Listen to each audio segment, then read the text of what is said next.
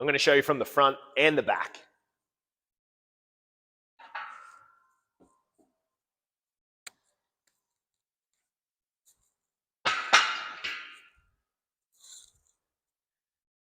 Apologies if this makes noise.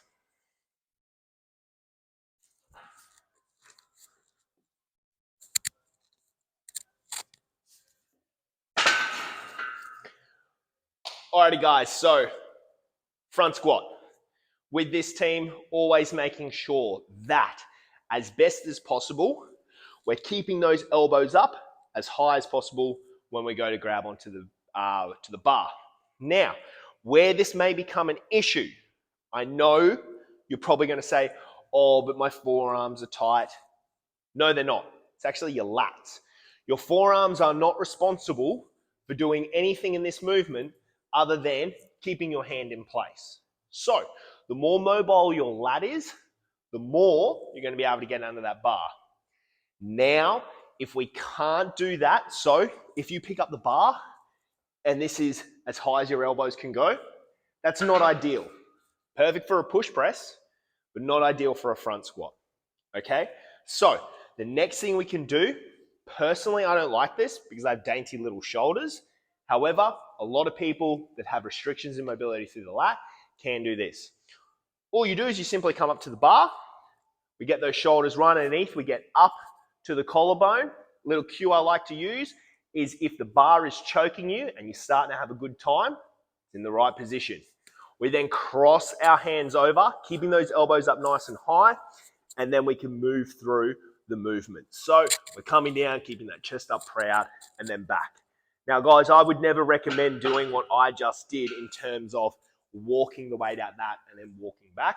Always make sure that you're facing the rig. So in this case, if it was on this side, I'd walk backwards for the purpose of the video. So our front squat, guys, the two variations. We've got our elbows up and we've got our shoulders crossed. The next thing, team, is in the movement. As you're coming down, I'm just going to go elbows up for this. As you're coming down, we want to keep that chest nice and proud. We're dropping down into the movement.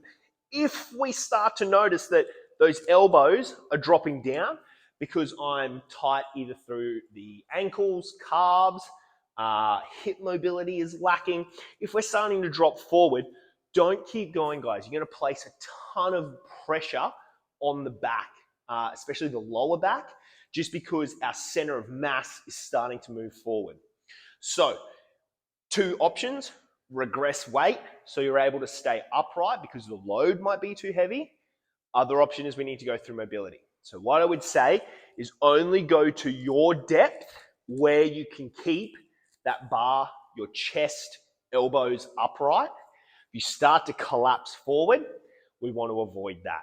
Now, of course, if you do collapse forward under fatigue or because the weight's too heavy, you don't need a spot, just let it go. The bar should land in front of you. No one should get hurt. So keep that in mind for me, guys.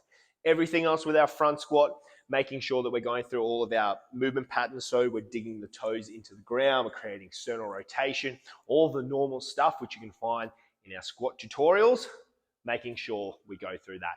But that is our front squat, the two variations you can use.